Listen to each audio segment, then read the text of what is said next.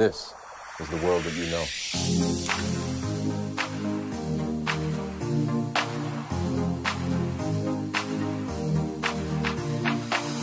This is news from North Carolina Public Radio, WUNC. Early in-person voting got underway this morning. I believe in freedom, liberty, and I come from a communist country, and I disagree with Joe China. Good morning, everyone. It is now 8 o'clock sharp, and the polls are open. They cheered at doors open on day one of voting in Raleigh. Across America, 15 million had already cast an early ballot before them. Voting is important, and believe me, for the nightmare that we've suffered in this country for the last 4 years, it's very important for me to be here. This is your last chance. After this, there is no turning back. You take the red pill, and I show you how deep the rabbit hole goes. Remember, all I'm offering is the truth, nothing more.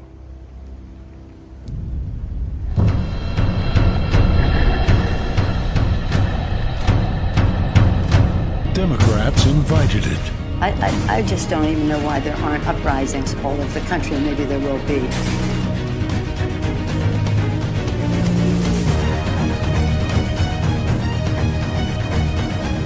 Democrats encouraged it. If they go low, we kick them. That's what this new Democratic Party is about. Get them in the face of some Congress people. You have released the whirlwind, and you will pay the price. This country stands on the edge of oblivion. I want everyone to remember why they need us. To describe this story as horrifying would be an understatement. Curfew is now in effect. All unauthorized citizens must stay indoors. And if that sounds like a warning, then that's exactly what it's meant to be. Please! It deals with the sexual abuse of children by satanic cults. It is the fastest growing international crime network that the world has ever seen. And not only that, human sacrifices as well. The story of Teresa is a story almost too horrible to recount. Worldwide death toll rises to over 110 million. All infected Americans are being forced into quarantine camps. Department of Sanitation, just open the door.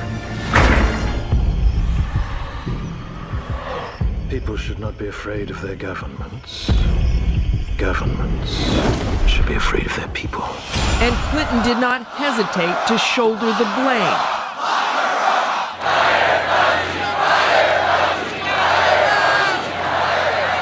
You can hear there is a chorus of boos and other chants from this Trump crowd here in Tampa, Florida. They're saying things like CNN sucks, go home, and fake news. Wolf, obviously, all of those things are false. We're staying right here. We're going to do our job and report on this. Family stealing the election. The media's covering it up. The Biden crime family stealing this election. The media's covering it up. The Biden crime family stealing this election. The media's covering up. We want our freedom for the world. Give us our freedom, Joe Biden. Joe Biden's covering up this election. He's stealing it. Look at this. The role of declaring the winner of a presidential election in the U.S. falls to the news media. No, it does not. The broadcast networks and cable news outlets have vowed to be prudent.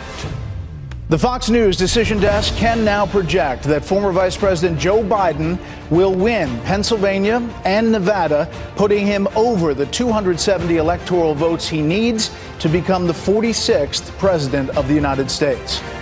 Biden is being called with the Pennsylvania votes that have just come in. Darth Tax Evader has been toppled, and America responded with a dance party.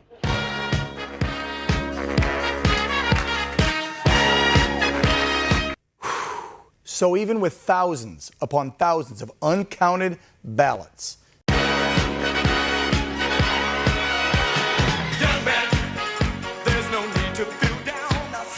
pending lawsuits,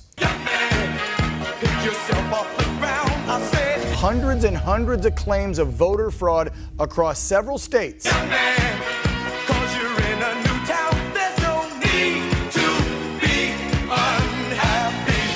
good old lapdog lamestream media and the Biden campaign decided to just move forward and claim victory. It's fun to stay at the YMCA. We should all want the same thing, a fair and honest election, right?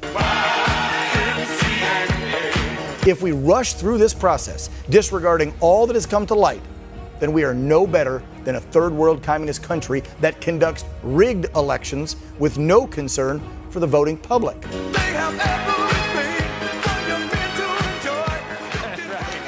That's right. You think so?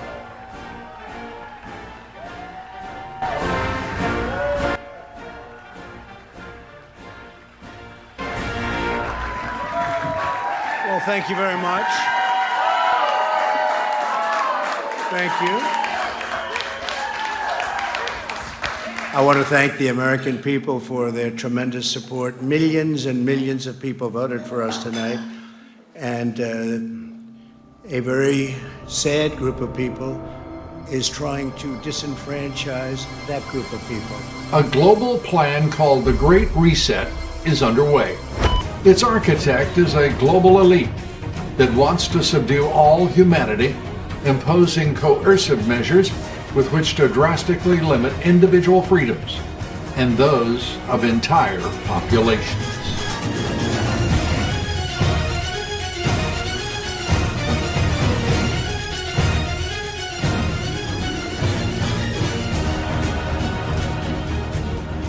Normally you would expect to see a smooth curve going up, not any big spikes. And I want the American public to know right now that we will not be intimidated. So that big spike that occurs there is a prime indicator of fraudulent voting. And we are going to take this country back. We are not going to be intimidated. We are not going to back down. We are going to clean this mess up now. Can you calculate how much of a vote that accounted for Biden and how much for Trump? Close to 600,000. I think our figures were about 570 some odd thousand that all those spikes represent over time. For Biden? Correct. And how much for Trump? I think it was a little over 3,200.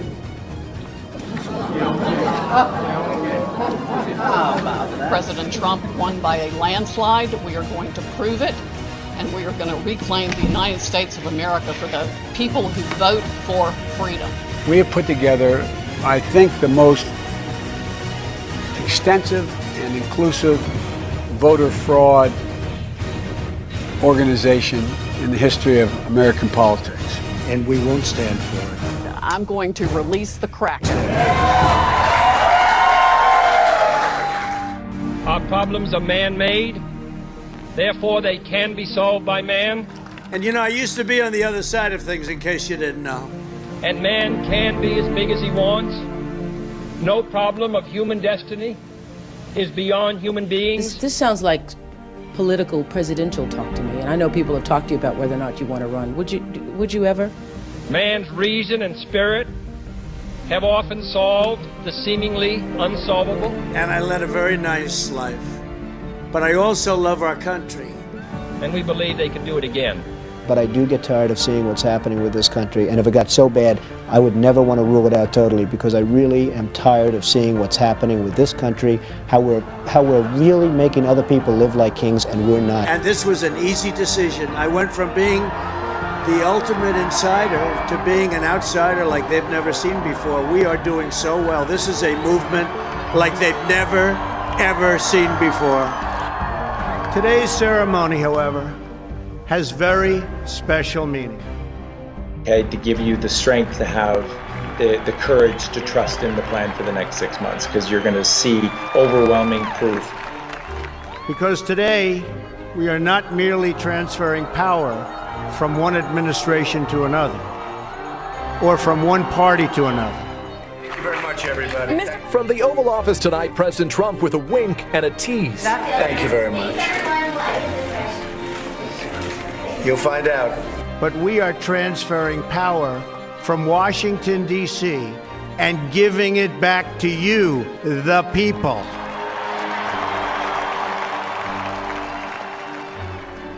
Every single government on earth, all of them, have capitulated over to Trump. White House veterans warn words matter. Those words that come out of the president's mouth have an impact all around the globe, and sometimes there are unintended consequences because of the words that are spoken. Mr. President, I'll give this ball to you, and the other ball is in your court. The gift of a soccer ball. Do you guys know what this represents? Tell us, sir. Maybe it's the calm before the storm. What's the storm? Could be the calm before the storm. What storm, Mr. President? You'll find out. Do not allow anyone to tell you that it cannot be done. No challenge can match the heart and fight and spirit of America. We will not fail. Our country will thrive and prosper again.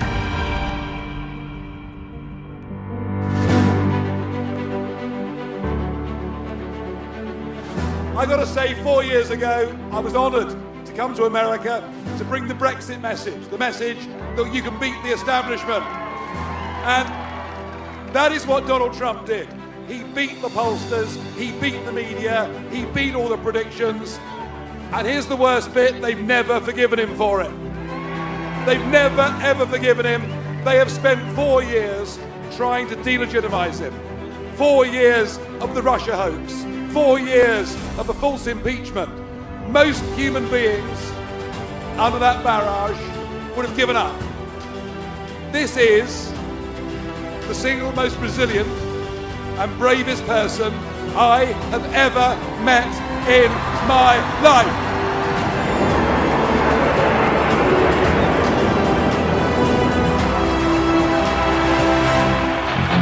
You are voting for the only current leader in the free world who has got the guts to stand up and fight. It's just chaos all the time. It seems like he's the commander of the chaos. To fight for patriotism, to fight against globalism. You'll be voting for the only leader in the Western world with the real courage to stand up to the Chinese Communist Party. And a man who in 4 years hasn't just cut your taxes, hasn't just improved the economy, but a man who right now is bringing Israel together with Arab nations. We have before us a rare opportunity to bring security and stability and peace to this region and to its people, defeating terrorism and creating a future of harmony, prosperity, and peace. And that's what he's done. After 49 years, Israel and the United Arab Emirates will fully normalize their diplomatic relations. They will exchange embassies and ambassadors and begin cooperation across the board. And I wish you Godspeed. I really do. Thank you.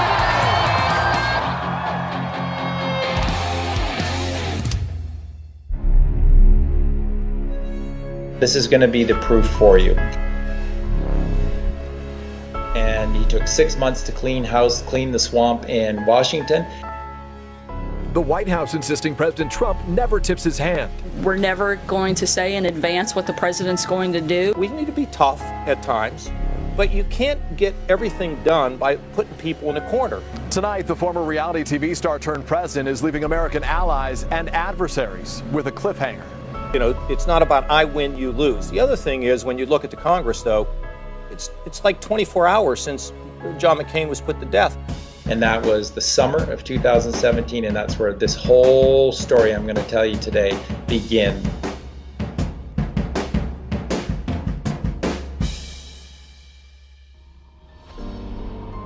If it wasn't for us being so asleep, none of this would have been allowed to happen.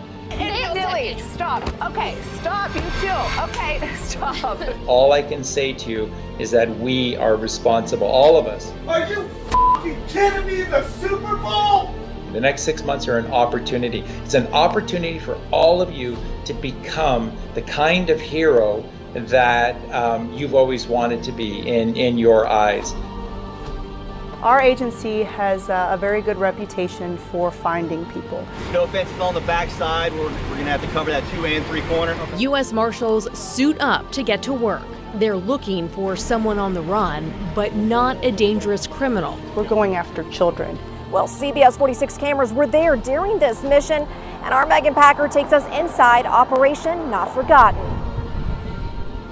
Trust in the plan that there are good people fighting against the sickest, most evil people in the creation of evil. Come on. There are good people out there. You get up and be part of this.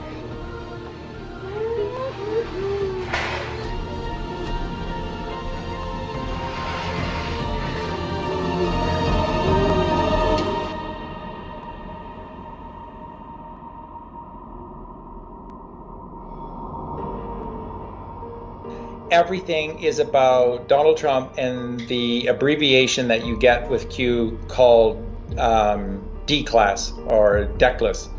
DECLAS is code or an abbreviation for D-class, and D-class is short for declassified. So the main people behind all of this have been the NSA. Phone in your pocket right now might be a government spying device. Access to everything about you. As soon as that information became available, a group of people within the military said, this is our chance. The NSA's Security and Counterintelligence Directorate, also known as the Q Group, is the agency's internal police force. They're basically the cops or the police of the NSA.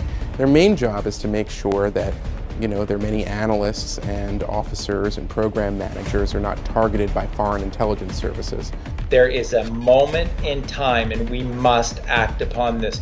So I think Joe Biden and the Biden family are compromised. Obviously, I've referenced that I held a Q clearance. You're briefed on compromise and who you're able to talk with and deal and do business with. 50 years from now, our great-grandchildren will look back and say, what a beautiful history we wrote together. The minions who are running things for whoever is hidden in the background. Mr. President. What these minions don't seem to get is that they're just as vulnerable as we are.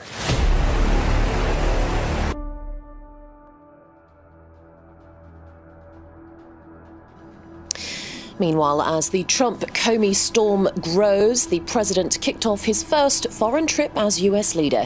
He's set to touch down later this Saturday in Saudi Arabia, the first leg of a whirlwind 8-day tour that will take him to Israel. And then he went to Saudi Arabia first because he needed to. There's a reason he went to Saudi Arabia first. All eyes are, of course, on Trump as he takes his first steps as head of state on the world stage. All believe it was the crown prince at that time. Now he got right into the whole adrenochrome thing. What is this shit? That stuff makes pure mescaline seem like ginger beer, man. Adrenochrome. Adrenochrome? You are a disgrace, not only to the GOP, but to all of America. Withdraw from the U.S. presidential race, as you will never win. This is all because this all believe got sucked in by the Cabal, the 13 families, one of the 3 main arms of their weaponry. And there are a lot of Saudis that didn't like this. They knew what was going on and they didn't like it. But there's a lot of people that draw lines with children. Really don't think he's the right messenger for a message, to bring a message of peace and unity to the Middle East. Of a pretty stunning moment. Jim was talking about the publicity of this. Well, Saudi King Salman presented that to the president. It's a gold medal. The collar of Abdulaziz Al Saud is what it's called, and it's the nation's highest honor. What is the symbolism there? What is the intention as he gives him that honor? Because already what we are seeing, the grandeur of this welcome, is so different from what we've seen with past presidents. When Trump arrived in the summer of 2017, he laid out all of the documents. That's what they did to everyone. They had folders, and the folders had all the documents.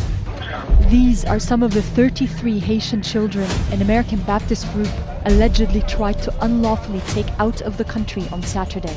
Anulberia is a small village with a painful past. All of these girls are victims of trafficking. There were photographs. They came with discs, CDs, and DVDs. And the CDs and DVDs had fantastic production value, and it had all of their footage doing the most horrific things. The NSA has it all on all of these people. This was, quite a surprising move here by Prince Mohammed. I mean, most of all, this arrest or detainment of al-Walid. We're talking about weeks after Trump came and on his visit in July of 2017 to Saudi Arabia. After Trump left, that's when the arrests happened. Early in November, something happened that many Saudis would have thought unimaginable. From their homes across the country, dozens of the kingdom's richest men, including members of the royal family, were swept up and detained in the gilded cage of Riyadh's Ritz-Carlton Hotel. Well, his get-out-of-jail card is probably the priciest of them all. They're apparently asking for around $6 billion from him out of an $18.7 billion net worth. So that's a tall price. He apparently is resisting that kind of a fine. But al-Walid is the one that sort of handpicked Barack Obama as somebody that they could work with. Faith has always been a guiding force in our... Nearly 20% of Americans think President Barack Obama is a Muslim. This according to a recent poll by the Pew Research Center. About 1/5 of Americans are not willing to even accept a man at his word when he says, I'm a Christian. You are absolutely right that John McCain has not talked about my Muslim faith, and you're absolutely right that has not come my Christian faith. It was this Crown Prince al-Walid of Saudi Arabia that decided to make Obama the one that they were going to turn into this linchpin of U.S. presidents. I, Barack Hussein Obama, do solemnly swear, to the best of my ability, preserve, protect, and defend the Constitution of the United States. So help you God? So help me God. Congratulations, Mr. President. And al-Walid was arrested, taken down, and in his place was bin Salman. And bin Salman is somebody who was not okay with what al-Walid was doing. Now, this is absolutely the truth. What happened the second day? The second day, the Crown Prince and the King both submitted publicly control over Saudi Arabia to Donald J. Trump. And how do you know this? Because they publicly held this sword dance ritual, which is a very, very big deal to the Muslim culture. And only the king holds the sword. Who's at the very center, at the top of the podium, and who everyone else is around in support of, Donald Trump is holding the sword. This is Saudi Arabia publicly capitulating, and in one of the photos that we have, it shows the Saudi king, and he looks like he's about to die. He's in so much pain at what's going on here. They just handed over the keys to Saudi Arabia to Donald J. Trump. So what is important to note is that where Trump went next, he went with Saudi as part of his team. So you need to understand, it's not just that he didn't go there and take them down and that they're never going to do it. No, they're now working for him. They're part of this team. They're part of the Q plan now. You need to wrap your heads around this. Direct from Riyadh, President Trump took the first official flight. And then the days that followed, Trump left Saudi Arabia and went immediately to Israel. Defeating terrorism and creating a future of harmony, prosperity, and peace. But we can only get there working together. There is no other way. Mr. Trump has already disappointed many Israelis. He promised to move the US embassy from Tel Aviv to Jerusalem, his next stop. However, all the signs are that won't happen now. One thing, in fact, we can just see there, just let me stop by saying we see President Trump there wearing a skull cap, a kippah, in fact, as it's known in Hebrew, being taken to the Western Wall by the ultra-Orthodox rabbi in charge of the location. And clearly he's been asked to look at text as such, explaining the importance of the wall. What is also very interesting for viewers is the fact that he's actually standing with his wife, because men and women are actually separated in front of the wall. Do you remember how angry most of you got when you saw those pictures of Donald Trump at the Wailing Wall?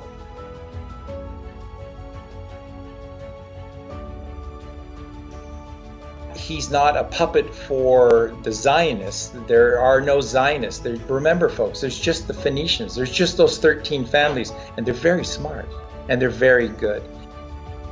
And he sat down with everybody in front of the camera and behind the cameras, the people that are really in power, and he laid it all out on these minions. They were balking at him, even though he showed that the Saudis had signed over, and the Israelis were balking at Trump and were not prepared to sign over. And that's why Trump stayed an extra day. Trump was not going to leave Israel without them capitulating to him. Jerusalem, the ancient city claimed by 3 of the world's great religions, now central in a dispute pitting President Trump and Israel's prime minister against most world leaders. The president telling the heads of Israel, Egypt, Jordan, Saudi Arabia, and the Palestinians today he will recognize Jerusalem as Israel's capital, an unprecedented move breaking with U.S. policy since Israel was created. And the sort of the how do you know moment is after visiting the Wailing Wall, Israel publicly submitted allowing the United States to move their embassy to Jerusalem. But the president will not move the U.S. embassy from Tel Aviv to Jerusalem right away, despite a campaign promise. We will move the American embassy to the eternal capital of the Jewish people, Jerusalem. This is symbolic. It is a symbolic act to show who has the power, even in the Holy Land. And we extend a hand in friendship to Israel, the Palestinians, and to all of their neighbors. May there be peace. May God bless this embassy. May God bless all who serve there. And may God bless the United States of America. Thank you. Step number 2 of the journey completed. President Trump met with Pope Francis at the Vatican, toured St. Peter's Basilica. Saudi, Israel, and then the Vatican. Hi, George. Good morning from Rome. As you know, these are 2 leaders who don't see eye to eye on a number of issues. They had that very public feud during the campaign over immigration. But today, that first face-to-face right here at the Vatican, and they both seem to genuinely get along. Vatican.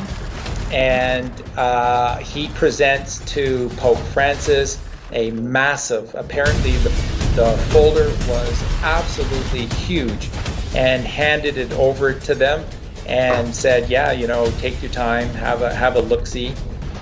So that's what Trump is saying. I'm not leaving here until you sign some documents for me.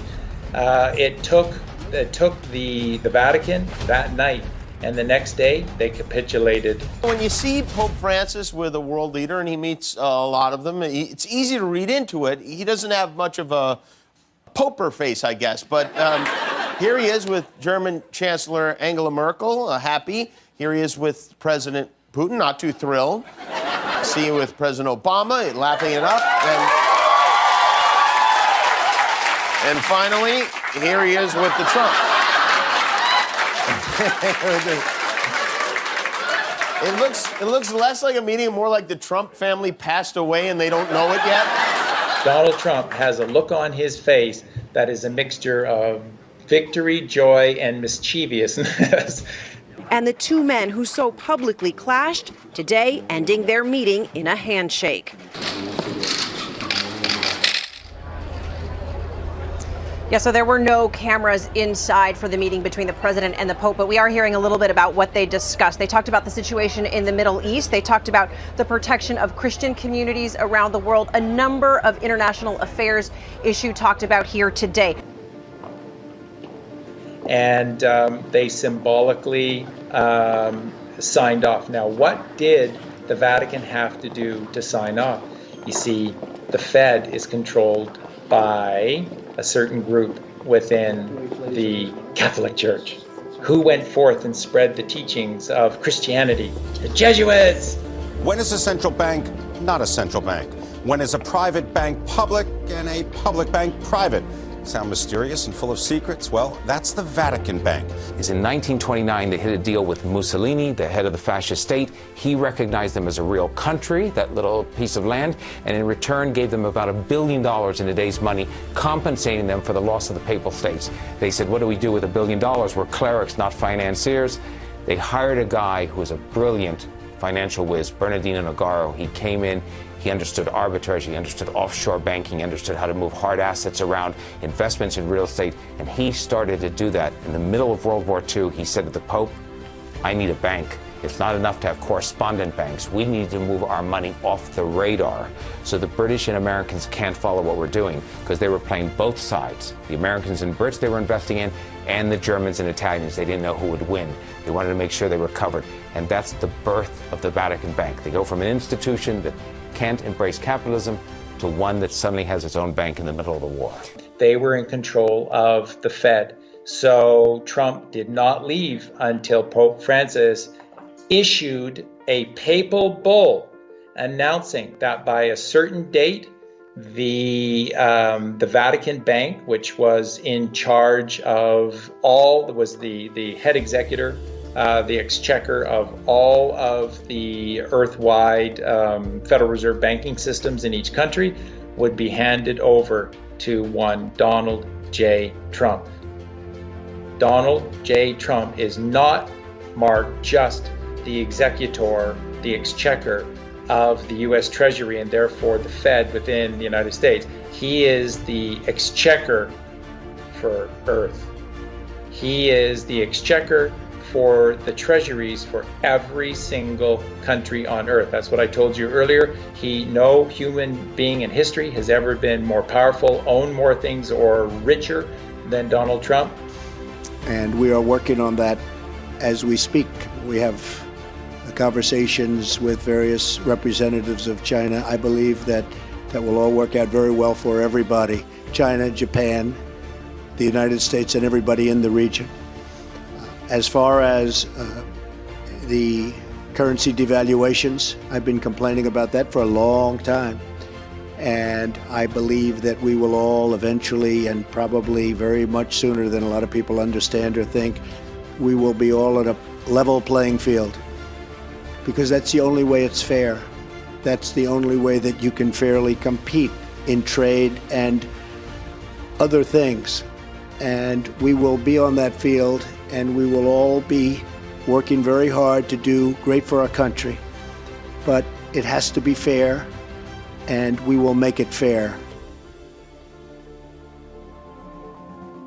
Since the establishment of the Rothschild banking empire that runs the world today, many have tried, many countries, many presidents, many leaders, many individuals, many corporations have tried to topple and escape the Rothschild banking empire slavery system, because that's what it is.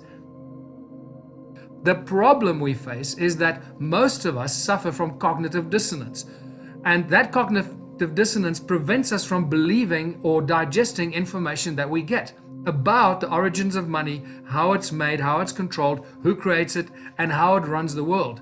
And the Rothschild banking empire, how they've woven the spell into the education system.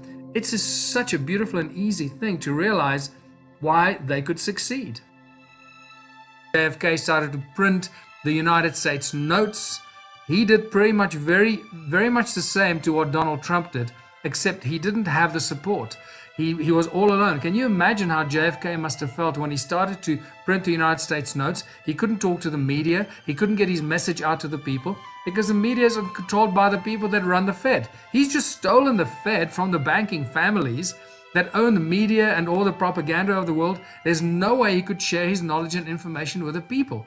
So very quickly they just took him out, and the Fed took back the money, control of the money, and everything went back to normal. But JFK came very, very close, but the time wasn't right. The international media, the network that we have today, the social media, the internet, is a far more conducive environment for any leader of a country to be able to do such a thing, because the moment you do it, the entire global propaganda machine through the mainstream media will come down on you like an unimaginable pack of terriers, and they will rip you apart. And that's pretty much what's happening in the USA right now. I just told him I've got to come over and see the fake news. Let's go. What do you have, John? Journalists that we have in our media did a disservice to themselves, actually more than they did to this country. They did a disservice to themselves because they displayed an arrogance that is unprecedented. We have to just go around them. We just have to go around them, and we have gone around them like nobody in history has ever gone around them. So let's come back to Donald Trump and what he did. Donald J. Trump, the President of the United States right now, was the first individual that managed to outsmart the bankers. He did it quietly, stealthily, and without any fanfare or global news or reporting on it. He took over and basically nationalized the Federal Reserve Bank of the United States. Now I'm going to sign this, and it's a great honor. $6.2 trillion. I've never signed anything with a T on it. I don't know if I can handle this one, Mitch. We can't chicken out at this point, can we? I don't think so, huh? All right, thank you all. So Donald Trump simply brought the Federal Reserve Bank into the Treasury Department, and nobody realized what was happening. But I wanted that to be a nice signature.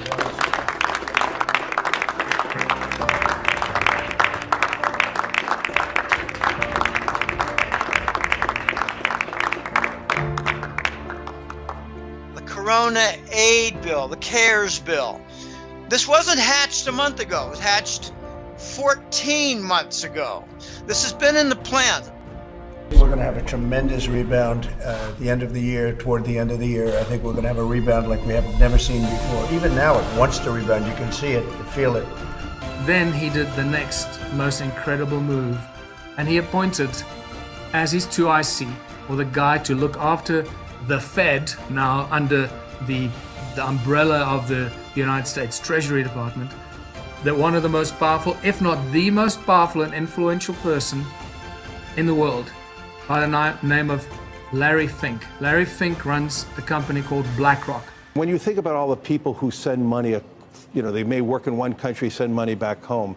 They generally do that through organizations that charge 5 to 10%. Yeah. There is a need, whether it's a Libra or something else, to democratize the exchange of foreign currencies. Today, with computers and electronic market, there shouldn't be that. It should be 10 basis points, 5 basis points. That it's makes not sense. percent. And so I actually believe the idea around Libra, I don't think we need to create a new currency, but the technology to instantaneous calibrate all the currencies, that should be done. The Fed making history today, and for the first time ever, began buying corporate debt ETFs. The unprecedented move driving an explosion in the corporate debt market. The Fed is now the bad bank. That's a good term. It's an accurate term. You said you're going to be seeing numerous different national central banks becoming the bad bank. They're becoming nationalized. They're broken. And they're going to be declared the bad bank. They're going to be loaded up with impaired assets. You got that right. If you nationalize a market, you take it over like that, you shove out all the private sector players, all the brokers and the dealers go away, and you have no more liquidity, and it becomes a permanent fixture of the central bank or the government itself. And that's a dangerous place to be in the long term. is that the Exchange Stabilization Fund and the ministries of finance, like in France and Italy and Germany, they're taking control. They're filling up their central banks with the bad bank impaired assets, but they're also supporting the stock markets. Okay, so are you talking about this is a coordinated effort to load up the central banks and maybe destroy the Rothschild system? Yes, to dump it on the Rothschilds' backyard.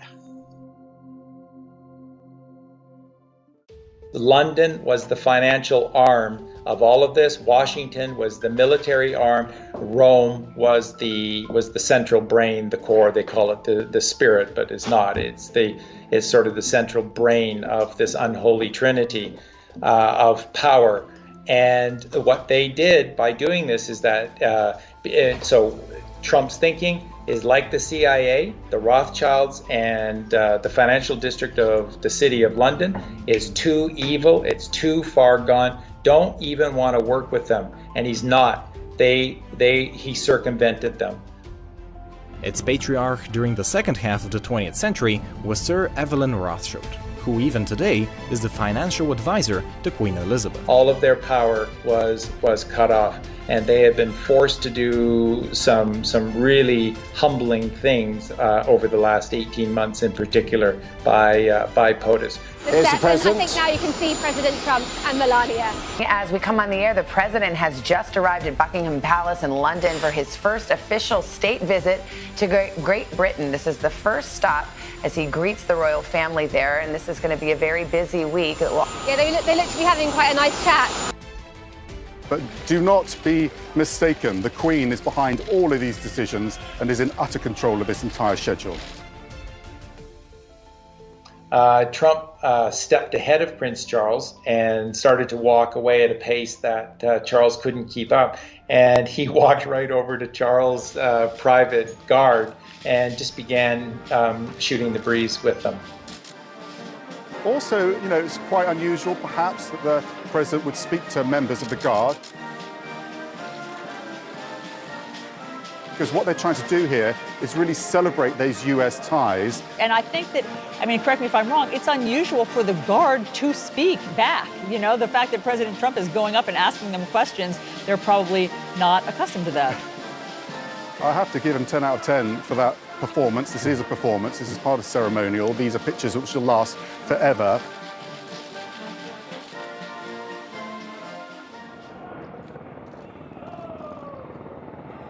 I was asked to have tea with the Queen, who is incredible, by the way.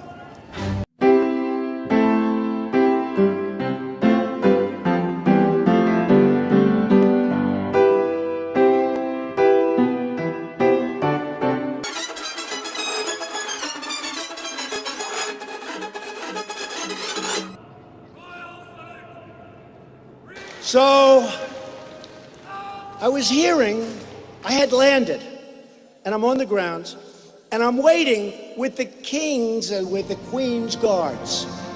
Wonderful people, I'm waiting. And then he purposely came late. So I was about 15 minutes early, and I'm waiting with my wife, and that's fine. Some can't believe it was actually going to happen, but Donald met the Queen. There's that exasperated side again. So here we go. This was at Windsor Castle just about 25 minutes ago. Donald and Melania arriving to meet Queen Elizabeth for tea. What do you think is going through her mind right now? And when the Queen welcomed the President and First Lady Melania to Windsor Castle, she wore this diamond palm leaf brooch. Turns out it's the same brooch her mother wore on a very sad day, at the funeral of Elizabeth's father, King George, in 1952. But I'm a little early. So I then go up and meet the Queen, and she is fantastic. If you were watching this broadcast, she stood there, waiting. Yeah. For I don't know how long. She's 92, isn't she? I guess they didn't coordinate schedules very well. I don't know, maybe Donald was running a few minutes late, but yeah, she was standing there for probably a good 10 to 15 minutes waiting. Sir, we weren't late. So here was the story by the fake news. This is an NBC News special report. The president was 15 minutes late for the Queen. Wrong.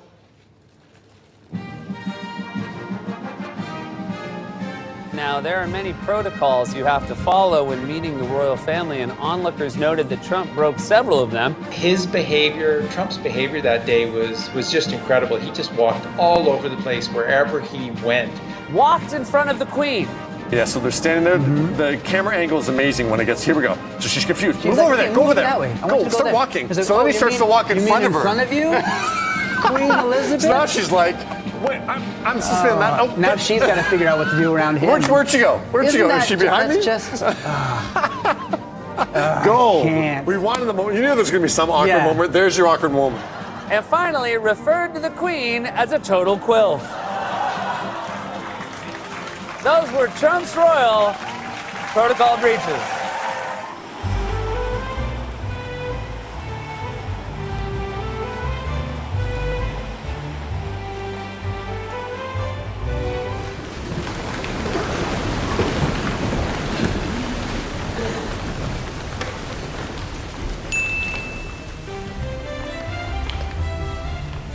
This is where the Queen will arrive in a short while. But first of all, we have the Crown arriving. And a salute as the Crown is taken from the State car by the Crown Jeweller, who is Mark Appleby. And the Crown having been accompanied by Lieutenant Colonel Michael Vernon, who is the Controller of the Lord Chamberlain's office, in charge of so many of the important functions in the palace, in Buckingham Palace. So being presented with the Imperial State Crown by the Crown Jeweller, this crown only seen very rarely at the state opening of Parliament and at coronations. She is much more familiar with this, the diamond-encrusted Imperial State Crown. She wore it at the end of her coronation and for most state openings of Parliament since.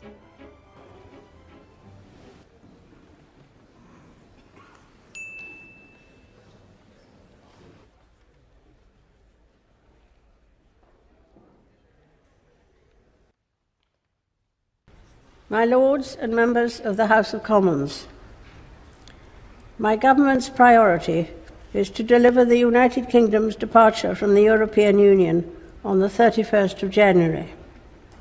My ministers will bring forward legislation to ensure the United Kingdom's exit on that date and to make the most of the opportunities that this brings for all the people of the United Kingdom.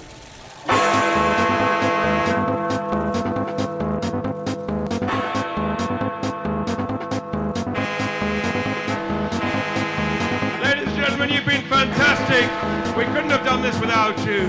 Thank you so much indeed. Believe it or not, we're no longer a member of the European Union.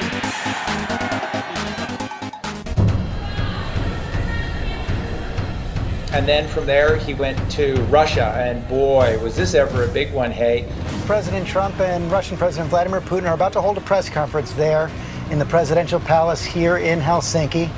After finishing a round of meetings that began about 45 minutes late this morning, the two leaders got together and after a handshake, sat down one-on-one for about 2 hours. No one else in the room, no aides. After that 2 hours, which was a little bit longer than scheduled, the presidents then met with a broader group of aides at a working lunch. I'm hearing that there's a feeling that there was very little chance of success, that the meeting lasted for more than 90 minutes because, like John said, there wasn't a ton of prep that went into this. Even the number twos at the major departments, my sources tell me they didn't even have a chance to meet before this. So the idea that they would be spending so much time in there is not a great thing. Traditionally, leaders in a bilateral would spend about an hour together. Putin has a soccer ball. It was a gesture of friendship after the historic summit. Mr. President, I'll give this ball to you, and now the ball is in your court. The gift of a soccer ball. Which has connotations, though, that isn't so funny. I mean, we talked about this earlier. Exactly. Mark, about the adrenochrome. It's horrific, I know, but I mean, it's just, you couldn't put it more in plain sight. So at this very public, this is in front of all the press, snapping their pictures, taking their video, and there is Vladimir Putin, and he hands over to Donald Trump a soccer ball, and he famously says, "The ball is in your court now, Mr. President." And now the ball is in your court. we're on your team. Statements coming in right now, the word treasonous popping up a bit. We'll dig into that. We've also heard just a few moments ago from Lindsey Graham on this, saying this was a missed opportunity for the president to confront Vladimir Putin. Obviously, there wasn't much of a confrontation here whatsoever.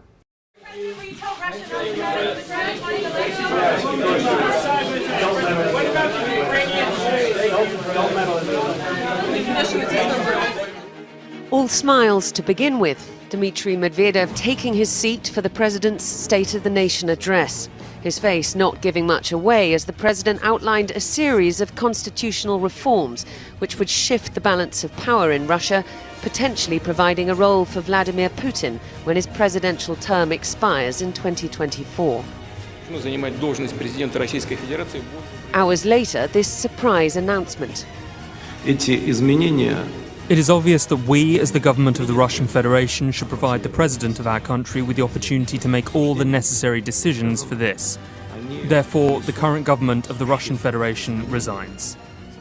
The government will stay on for now, but Mr. Putin has already picked a new prime minister, the head of the Federal Tax Service, Mikhail Mishustin. He's not a political heavyweight. It's clear who'll be calling the shots. He made clear today that he was not angling to stay on as president.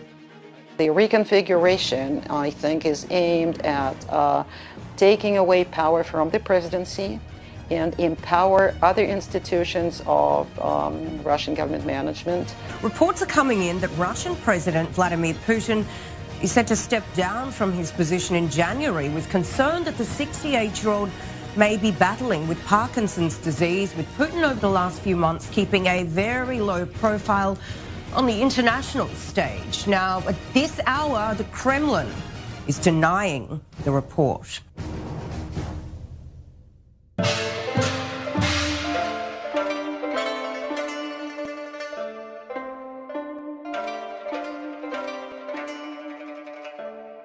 It's the first meeting between U.S. President Donald Trump and Chinese President Xi Jinping. Despite the casual backdrop at Trump's resort in Florida, expectations are high. These bilateral chats could set the political agenda for the world's two biggest economies for the next 4 years. I just want to say it's a great honor to have the president of China and his incredibly talented wife, a great celebrity in China, a great singer. It's an honor to have you in the United States. We've had a long discussion already. And so far I have gotten nothing, absolutely nothing. But we have developed a friendship, I can see that. And I think long term, we're going to have a very, very great relationship. And I look very much forward to it.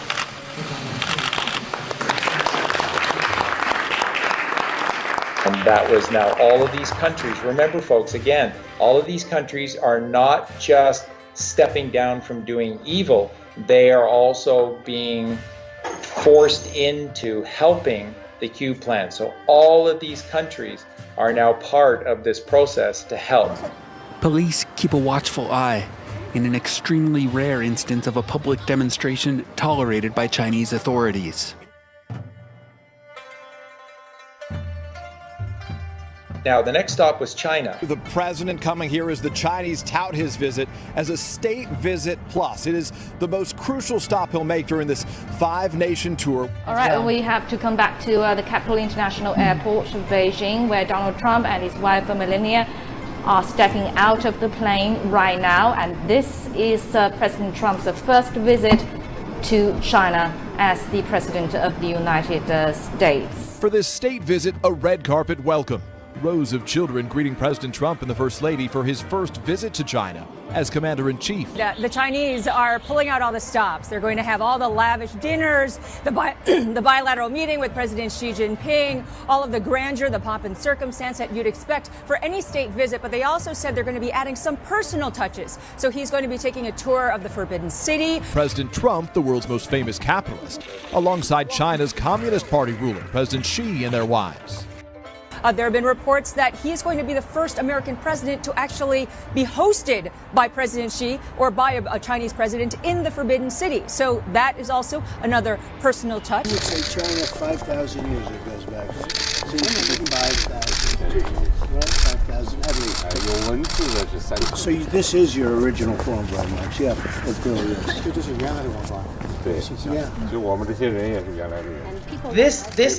This is huge. It's called the Forbidden City for a reason, and that's where they met. And of course, that was at Trump's request. That's great. Another story the mainstream media just forgot to tell us about. An all-out war against corruption in China. Since the 18th National Congress of the CPC in November 2012, the CPC Central Committee has shown no tolerance nor mercy toward corrupt officials. About 182,000 officials nationwide were punished in 2013, 13.3% more than in 2012. 31 high-profile officials were investigated by the commission itself, and 8 of them were handed over to prosecutors. Completely forgot to mention that China has kicked out the communist devil-worshipping Satanists, and it's not that big of a deal. It's just a small story. Today marks the start of China's 2015 anti-corruption campaign known as the Fox Hunt. It's China's most important annual political gathering, but a number of faces will be absent from this year's Congress. 36 delegates and political advisors are under investigation for corruption. One of them is Ling Jinghua, a former aide to China's previous president. Many wonder who'll be next. So far, more than 100,000 low and high-ranking officials across the country have been implicated. On Monday, 14 generals were added to the list. The president's anti-corruption campaign that began more than 2 years ago is expected to be a dominant theme of this Congress, and it's a campaign that appears to be far from over. One corrupt official caught in bed with the blonde, and another busted for having money stashed in the closet. These tantalizing scenes appear in the Chinese anti-corruption TV series In the Name of the People. But viewers who saw the first episode say the series doesn't appear to be entirely fictional, noting similarities between the character of one corrupt official and Wei Pengyuan, a former senior energy official who was found to have more than 200 million yuan or $29 million in cash at home. Wei was found guilty of taking bribes and given a suspended death penalty in October.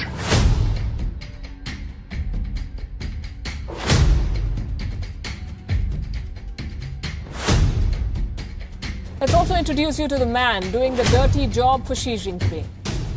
Chen Yixin, a protege of the Chinese president. His name has appeared far too often in the Chinese press this year. Chen was sent to Wuhan to control the virus, and now he's being asked to control China's security apparatus. He is leading a new round of evictions. He was appointed as the deputy head of a central government group, tasked with controlling the pandemic. Chen knew the city well. He had served as the party chief of Wuhan. His hands are full under Xi's leadership. He serves as the Secretary General of the Central Political and Legal Affairs Commission, the top law enforcement body of China. It oversees police officers, prosecutors, courts and prisons. And Chen is best poised to lead the purge in the state security apparatus. In July, China's state-owned wire service sent out this dispatch. China to rectify problems in political and legal organs. This was a cryptic announcement of a new round of cleanups. In Chen Yixin's own words, he is thoroughly removing tumors from China's justice system, going after the so-called corrupt officials like a surgeon would scrap poison off one's bones. Xi is projecting this as part of his anti-corruption drive. It is indeed time to drain the swamp in Washington, D.C. If I'm elected president, I will push for a constitutional amendment to impose term limits on all members of Congress. They've been talking about that for years. Decades of failure in Washington and decades of special interest dealing must and will come to an end. Last year, a Chinese government-backed think tank in Beijing produced a report that assessed all 50 of America's governors on their attitudes towards China. They labeled each of you friendly, hardline, or ambiguous. I'll let you decide where you think you belong. Someone in China already has. Many of you, indeed, in that report are referenced by name.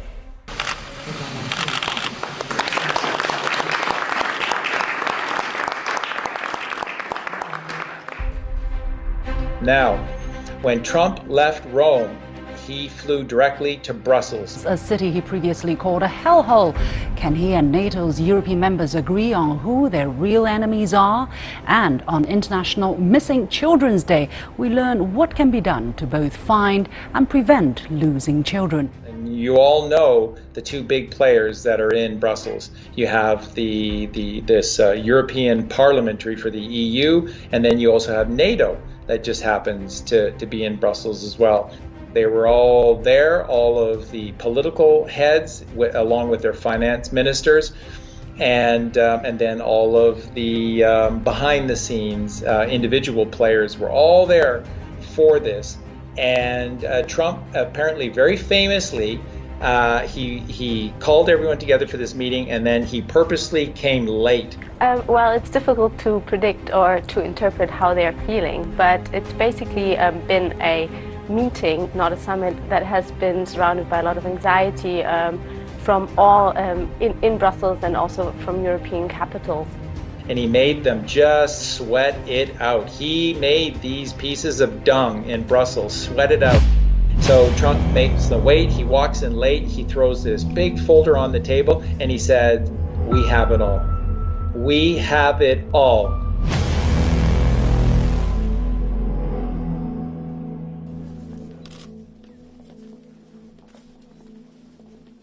And in short order, those little rats, those little cowards, they all capitulated in very, very short order. And there was a whole bunch of things that occurred in the following days from there, including the EU backing down on Brexit. No more financial contributions, no more European Court of Justice, no more common fisheries policy, no more being talked down to, no more being bullied, no more Guy Verhofstadt. I mean, what's not to like? I know you're going to miss us. I know you want to ban our national flags, but we're going to wave you goodbye, and we'll look forward in the future to working with you as sovereign. If you disobey the rules, you get cut off. Could we please remove the flags? And NATO having to, step up and basically pay for the bulk, and all of these different nations, instead of the United States having to fund all of them. He plans to tell other members to spend more on defence and step up the fight against terrorism. I have been very, very direct with Secretary Stoltenberg and members of the alliance in saying that NATO members must finally contribute their fair share and meet their financial obligations. But 23 of the 28 member nations are still not paying what they should be paying and what they are supposed to be paying for their defense. It's not like that's a big deal in terms of saving money or anything. No, it's symbolic. It's symbolic. You're going to pay for NATO from now on. We're not, because I'm in charge. So when the photo op came for this famous meeting in Brussels, Trump again came late. And he just shows to everyone who was there that he was in charge of the meeting. He disseminated the information to the press. He said what was going down. He showed them. He came in late, and then he left. And he owns the EU and NATO. That's why they've done everything they've done ever since. Now, in October of 2017, there was an attempt on the life of the new Saudi crown prince. Yeah, if you look at the map, Jake, it gives you an idea of why this was so deadly. Hundreds of our fellow citizens are now mourning the sudden loss of a loved one. This little operation that was set for him in Las Vegas was taken down at the last second, and he was protected.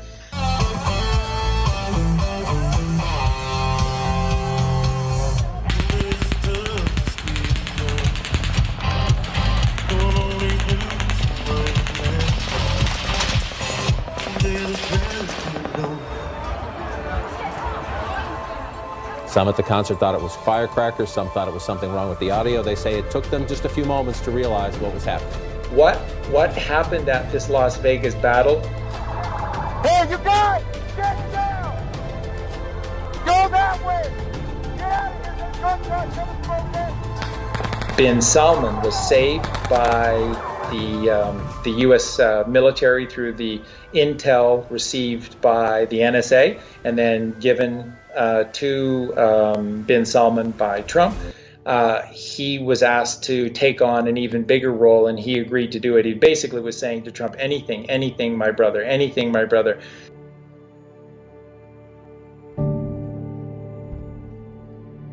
Thank you very much, everybody. It's a great honor to have the Crown Prince with us. It was a low-key arrival for such a high-profile visit. The Crown Prince from Saudi Arabia did not go in through the front door, but soon found himself in the Oval Office. And there, US President Donald Trump addressing mainly a domestic audience. On Trump's behalf, Bin Salman went to all of the major corporations, and in particular, the media companies, so Google, Apple, Twitter, Facebook, Microsoft, all of these main companies were all targeted by Bin Salman.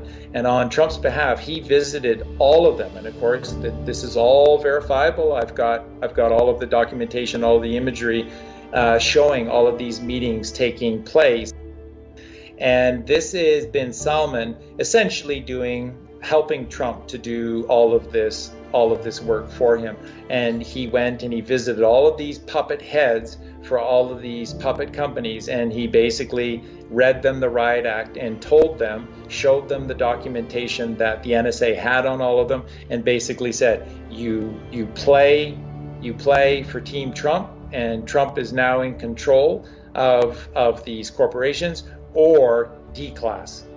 All of this information will be declassified one by one, and each one of you will be offered up to the masses as a child murderer. So they all capitulated, and there's the money shots of all of these various heads of all of these various companies, including Jack Dorsey for Twitter. So all this stuff that's been going on lately with the censorship of Trump by Twitter, it's all part of the game that needs to be played out for people to get angry and to wake up to what the heck is the evil that's going on, and to say something about it and to do something about it and begin to change their lives. So that's real. All of that is real. And Bin Salman helped Trump do this, and he went to all of those CEO heads of all of those major media companies and social media companies. But there was a warning from the president to Saudi Arabia and others in the region. Whether it's Saudi Arabia or other countries, as we know, there will be no funding. We have a zero tolerance for the funding of terrorists. Among the things to be covered in the talks, the Iran nuclear deal, security across the Middle East. We've become very good friends over a fairly short period of time. Mohammed bin Salman has a long list of things to be discussed, debated and agreed during this US trip, and he does so believing his relationship with the president is deep, strong and mutually beneficial.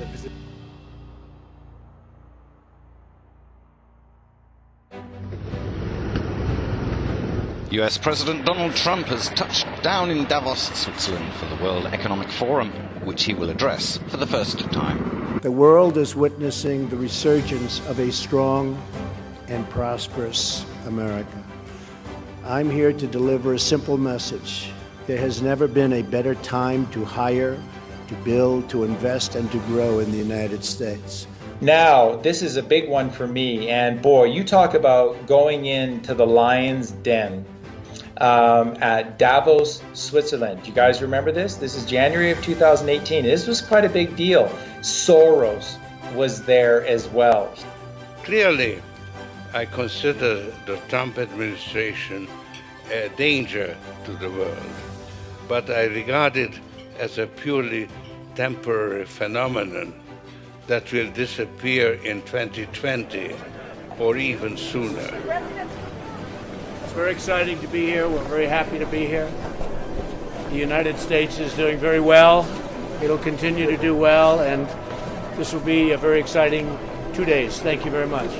We've all heard of Davos and the World Economic Forum. That's that gabfest that takes place every January in the beautiful Swiss town of Davos.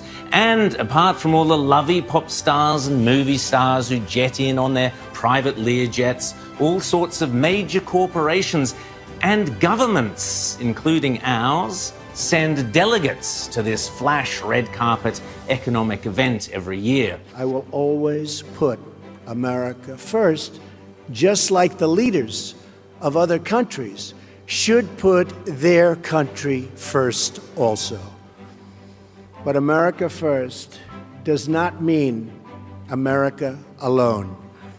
When the United States grows, so does the world. President Trump is the first US leader to visit Davos since Bill Clinton in 2000. And at this meeting, you're talking about the biggest international corporations in the world. This is it. These are the key players. Well, I just want to thank everybody. The receptivity that we've had and the United States has had being here has been incredible. Sitting around this table are some of the greatest business leaders in the world, some of the greatest companies in the world. Probably I can think of no other place or time where you'll have executives of this stature. And these are the biggest, most evil corporations that are at this meeting at Davos, Switzerland. It was called by Trump.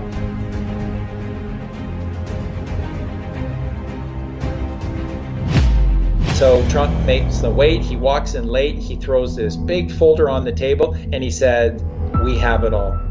We have it all." I just want to say that there's been a lot of warmth, a lot of respect for our country. And like scared little rodents, they capitulated quite quickly. Trump did not leave without them.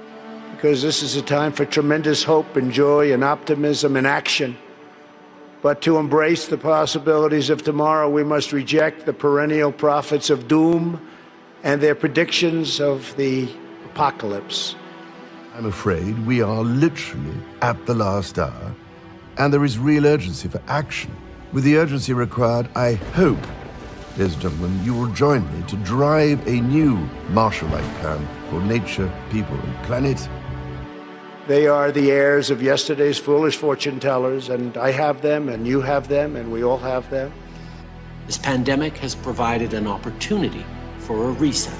Wars, famines, plagues, events that affect the vast bulk of humanity, as this virus has, they don't just come and go. My name is John Barry. I'm Professor of Green Political Economy at Queen's University, Belfast. The pandemic has cancelled the future, but that's okay. It was a pretty bad one anyway. We see these moments as the time to learn and to improve on the world that went before. And that's why this government will build back better. And they want to see us do badly, but we don't let that happen. They predicted an overpopulation crisis in the 1960s, mass starvation in the 70s, and an end of oil in the 1990s. These alarmists always demand the same thing: absolute power to dominate, transform, and control every aspect of our lives. The COVID-19 crisis has shown us that our old systems are not fit anymore for the 21st century. It has laid bare the fundamental lack of social cohesion, fairness, inclusion, and equality. In short, we need a great reset. We will never let radical socialists destroy our economy, wreck our country. We're in a very dark winter. Things are going to get much tougher before they get easier. Or eradicate our liberty. And as a result, we do need to close our schools for the coming days. America will always be the proud, strong, and unyielding bastion of freedom. In America, we understand what the pessimists refuse to see. And of course, a unique opportunity to reset our global agenda. That a growing and vibrant market economy focused on the future lifts the human spirit and excites creativity, strong enough to overcome any challenge by far. We're not just going to try to plaster over the cracks and put some props in where it's falling apart. His approach was to say, we're going to build it back better. They get off on delivering these speeches where they use code phrases like build back better, and they get reported enthusiastically in a lot of the media, and the media goes, oh, that sustainability sounds really great. It sounds like really eco-friendly. With a simple sleight of hand, they realized, any disaster can be the perfect excuse to build back better, meaning build back greener, by using the money that should be going to disaster relief to instead subsidize the eco-Marxist, anti-capitalist UN agenda at the same time as making renewables investors very rich. Again, this isn't me saying this is them. People ready to work together to improve the state of the world. People who know that change is not just happening, but change can be shaped by us. The great scientific breakthroughs of the 20th century, from penicillin to high-yield wheat to modern transportation and breakthrough vaccines, have lifted living standards and saved billions of lives around the world, and we're continuing to work on things that you'll be hearing about in the near future. It's a Tesla tower. That even today, sitting here right now, you wouldn't believe it's possible. We have found the answers. To provide high-quality, affordable internet to essentially the entire planet. But we have found answers to things that people said would not be possible, certainly not in a very short period of time. The value is moving with the data, just right on top of each other. And that is a world that we can have, but not with the infrastructure you have today. So together we must go forward with confidence, determination, and vision. We must not be timid or meek or fearful, but instead we must boldly seize the day and embrace the moment. We have so many great leaders in this room, not only business leaders, but leaders of nations. And some are doing such a fantastic job. We work together very closely. We will draw strength from the glories of the past, and we will make greatness our common mission for the future.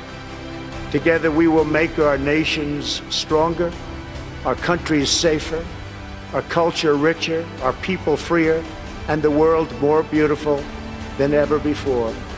Above all else, we will forever be loyal to our workers, our citizens, and our families, the men and women who are the backbone of our economies, the heart of our communities, and the soul of our countries. Let us bring light to their lives one by one and empower them to light up the world.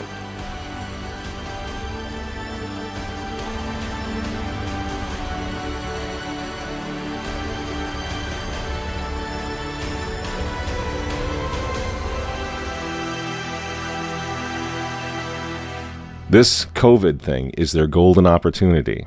And they certainly don't want Trump or anyone else to fix the problem, certainly not prematurely.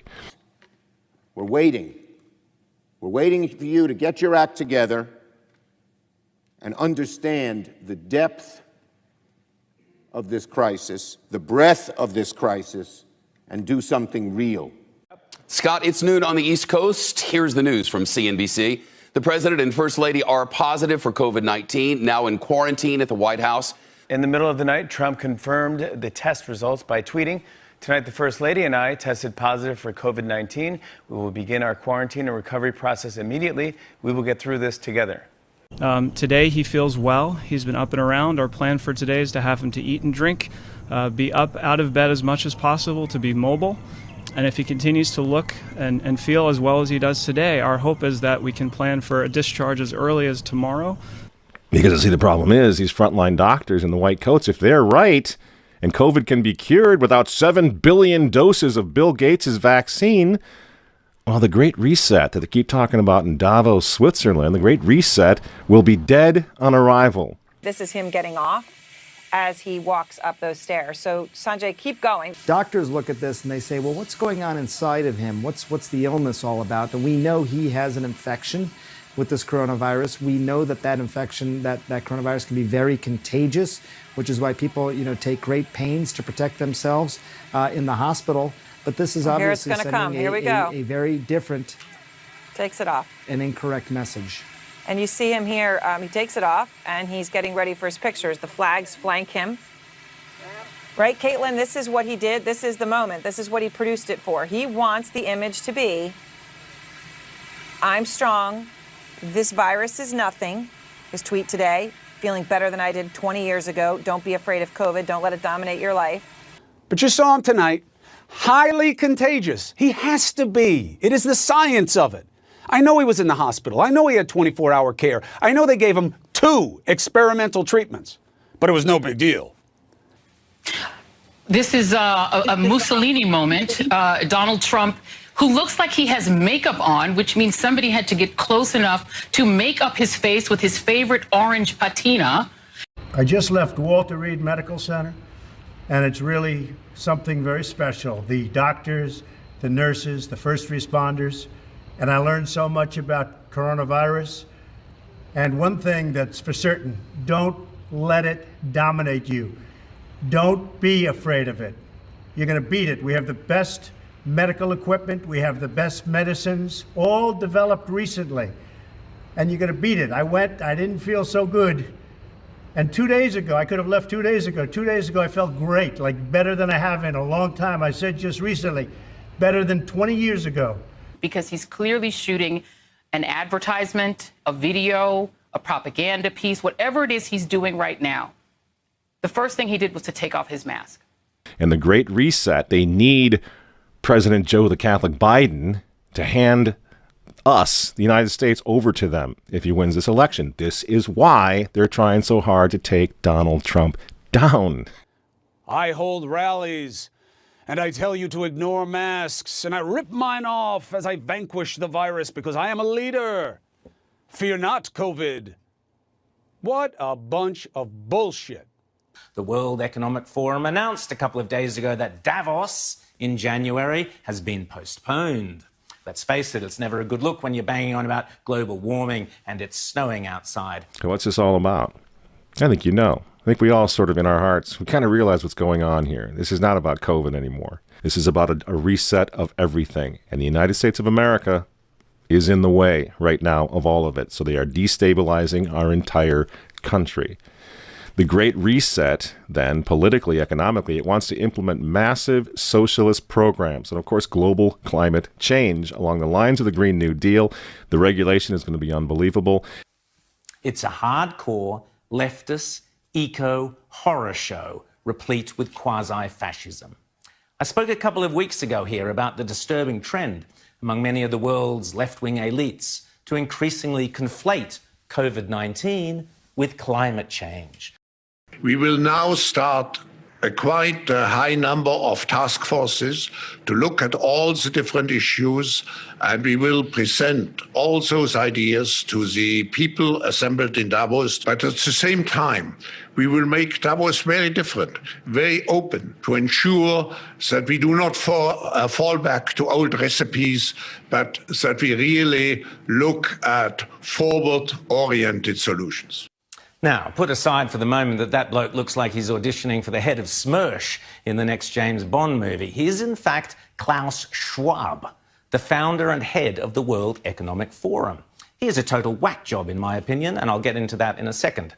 He's a big fan of drones, algorithms, and the Chinese Communist Party, and he believes there's a fourth industrial revolution underway that is changing what it means to be human. And he peddles this sicko fantasy that humans and machines will somehow merge in his green utopia. Bonkers, like I said, but this lunatic has some very, very powerful friends determined to push the Great Reset button along with him. Everyone's in on the Great Reset. Well, almost everyone. I, Donald John Trump, do solemnly swear. There's one guy who's got the power to do something to stop it, and you know exactly where I'm going. And they made a mistake. They tried to get Trump on their side, so they invited Donald Trump to Davos, I think a couple of times.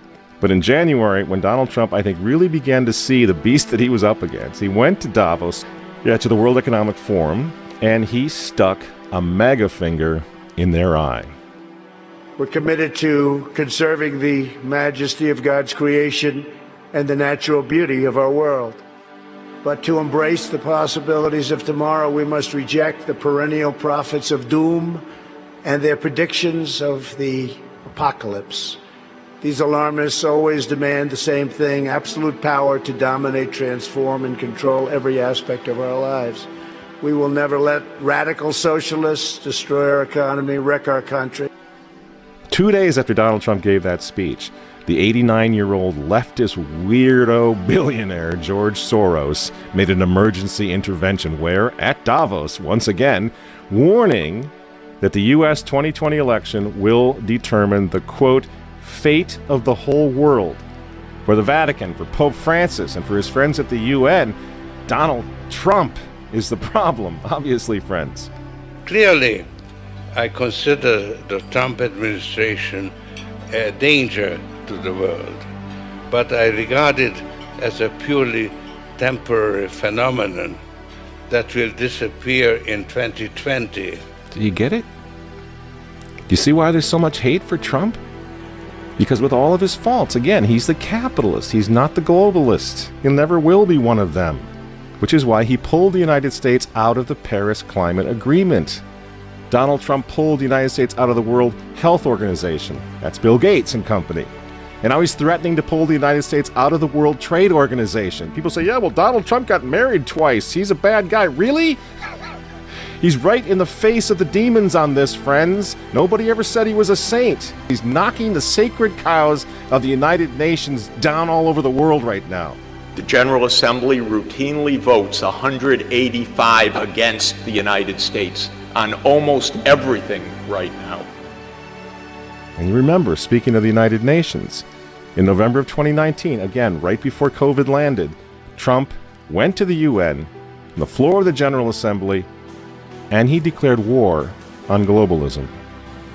Wise leaders always put the good of their own people and their own country first. The future does not belong to globalists. The future belongs to patriots. And shortly after the speech at the UN, Donald Trump delivered, what do you think happened? The coronavirus was unleashed on the world, and Trump's booming U.S. economy went on life support. Do you think that was an accident? So when they tell you, and they tell all of us, to stay home, wear your mask so grandma doesn't get sick, please understand what's really going on here. They don't care about your grandmother. You know what we do to fight back? Go to work. Go back to school. If you're healthy, take off the mask. And for heaven's sake, go back to church and pray that Trump wins in November. That's what the reset was on. That's what the Russia hoax was all about. That's what the impeachment hoax was all about. Don't you see? For 4 years, they've been trying to stop this man because if he strengthens America, if he makes it great again, if he brings the economy back again, the reset won't happen.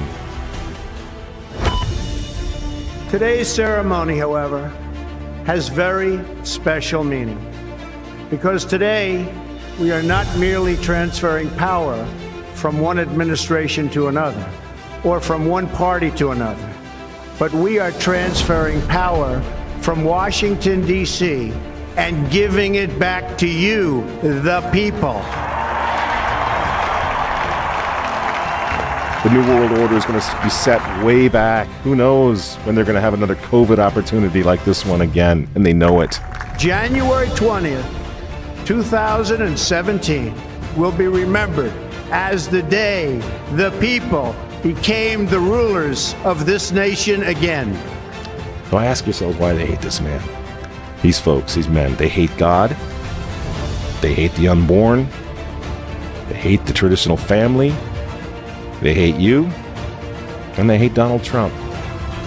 Friends, stand with America right now, or fall with the New World Order in the not-so-distant future. There's no other choice.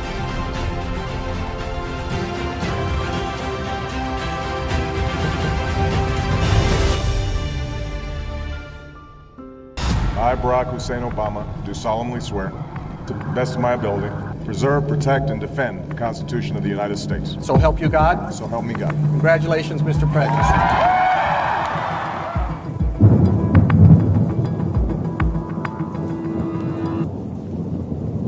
The Obama administration was the most treasonous and deceitful administration in the history of America. And quite frankly, it may go down as one of the most treasonous administrations in the history of man. They encouraged the purchase of corporations by China. Over the 8 years of the renegade Hussein Obama, our country was literally sold lock, stock, and barrel. It was the final phases of destruction of America.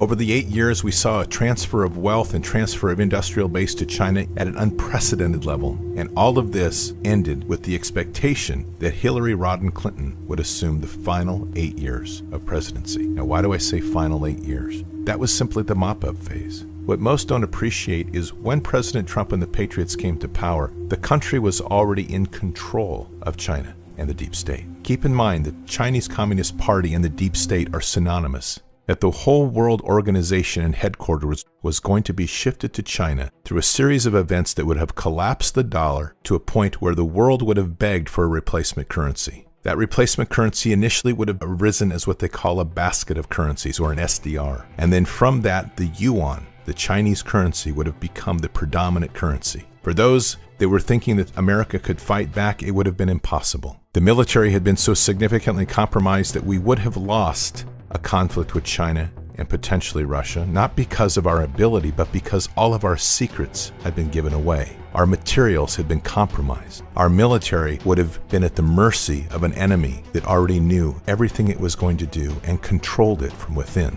Digital backdoors were put in through all of our electronics. China had access to our communications. They had access to our avionics. They had access to our satellites. This was all master planned over many, many years, but the culmination period was the 8 years of the renegade Hussein Obama. Thank you for this incredible journey. Let's keep it going. God bless you. God bless the United States of America.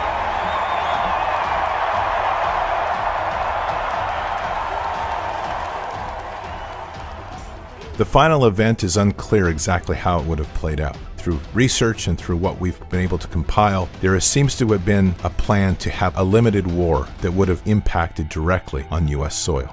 Most of that war probably would have been fought from assets owned and controlled by the deep state, but Russia would have had the blame.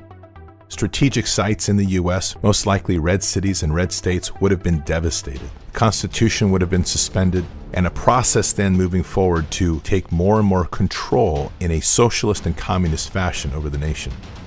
We are literally witnessing the transformation of our system from one that was already in the globalist camp back to one that will be a sovereign nation. But that process is painful because we have to root out the corruption in ideologies, values, and allegiance that is rooted in every level of our system. The plan is working. What is now being demanded is that we, the people, stand, just like they've done now in Virginia, just like they've done now in Michigan. Now, we did see demonstrators with guns again this morning, but the crowd was noticeably smaller. It is time for the people to make a stand and make it clear, because the president is behind us and leading us in so many ways. These times demand an unbelievable level of faith, and faith is blind.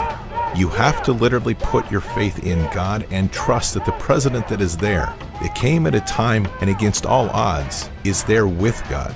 And I know that may be hard for some to take, but it's not for me. The national events are not things you can control. It is easy to get consumed in those. But our fight, our responsibility is local. If you look carefully at the rules, the way this entire COVID event has been drafted, county by county is where the control is. Now, over 100 cities and counties in Virginia have voted to become what some call Second Amendment sanctuaries, places where newly passed gun laws will not be enforced. Sheriff Scott Jenkins of Culpeper County says he won't enforce any law he says is unconstitutional. That means our personal fight is at the county level. We have to back our sheriffs. We have to back our county commissions. And in those areas where you have a bad sheriff and a bad county commission, you need to highlight it, expose it, and keep pressure on it. They either change or they are removed. Research at this point in time is more important than ever. You have to look past fear porn. There is so much of this craziness going on both sides, and it's only going to get worse because the deep state is losing control. They are going to throw everything they have at you. And this is how it's going to be. We will shut you down. We will cite you. Meine Arbeit für richtig hältst, ob du glaubst, dass ich fleißig gewesen bin. And if we need to, we will arrest you and we will take you to jail. Don't make us treat you like a criminal. But if you act like a criminal and you violate the law and you refuse to do what is necessary, dass ich gearbeitet habe, dass ich mich in diesen Jahren für dich eingesetzt habe, we will take you to jail, period. And in order to avoid being consumed by that, you have to research, you have to take a step back. Always begin with faith and prayer and always return to the fight with knowledge and wisdom. We need to build our faith and our strength with each other more than ever. So many people are beginning to awaken. Those that are awakened are now being called upon to reach across and help those that are beginning to see the light.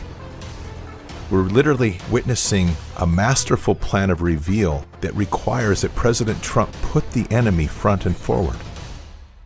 The medical fraud in the data is tremendous. Unless humans stop dying, the lockdown continues because they're calling everything corona. And as long as people are testing positive for being human, the pandemic continues. Patriots, we are in the storm. And now more than ever, we need to hold firm on our foundations. And our foundations have to be built on our faith in God and our faith that He will deliver us to the destiny that He's promised. God will deliver. Have faith. What kind of a peace do I mean, and what kind of a peace do we seek? Not a Pax Americana, enforced on the world by American weapons of war. Not the peace of the grave or the security of the slave. I am talking about genuine peace, the kind of peace that makes life on earth worth living, the kind that enables men and nations to grow and to hope and build a better life for their children. Not merely peace for Americans, but peace for all men and women. Not merely peace in our time, but peace in all time. I speak of peace, therefore, as the necessary, rational end of rational men. I realize the pursuit of peace is not as dramatic as the pursuit of war, and frequently the words of the pursuers fall on deaf ears. But we have no more urgent task. Our problems are man-made, therefore they can be solved by man. Welcome to Mount Rushmore, welcome to South Dakota, and enjoy your evening. Before the world, this monument will never be desecrated. These heroes will never be defaced. Their legacy will never, ever be destroyed. Their achievements will never be forgotten. And Mount Rushmore will stand forever as an eternal tribute to our forefathers and to our freedom.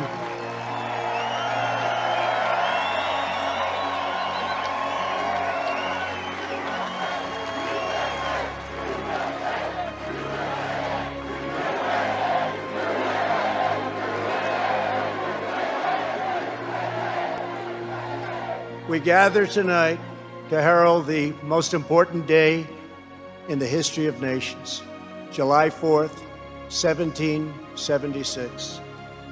At those words, every American heart should swell with pride.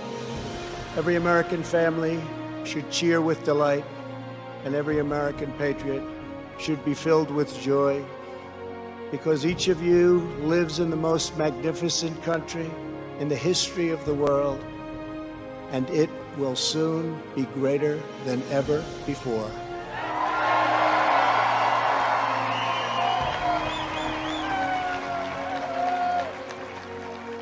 Our founders launched not only a revolution in government, but a revolution in the pursuit of justice, equality, liberty, and prosperity. No nation has done more to advance the human condition than the United States of America. And no people have done more to promote human progress than the citizens of our great nation.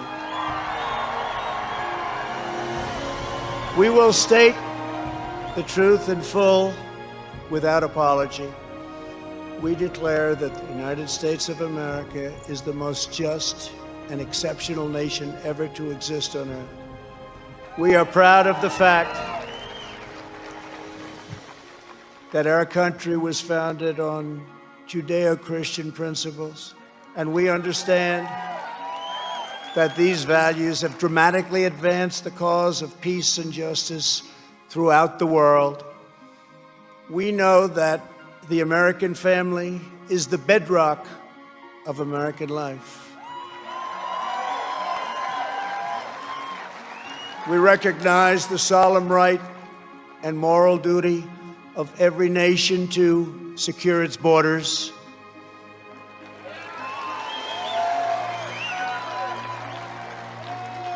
And we are building the wall.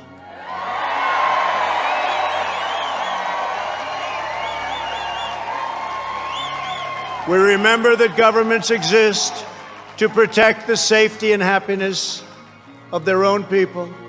A nation must care for its own citizens first. We must take care of America first. It's time. We believe in equal opportunity, equal justice, and equal treatment for citizens of every race, background, religion, and creed. Every child of every color, born and unborn, is made in the holy image of God.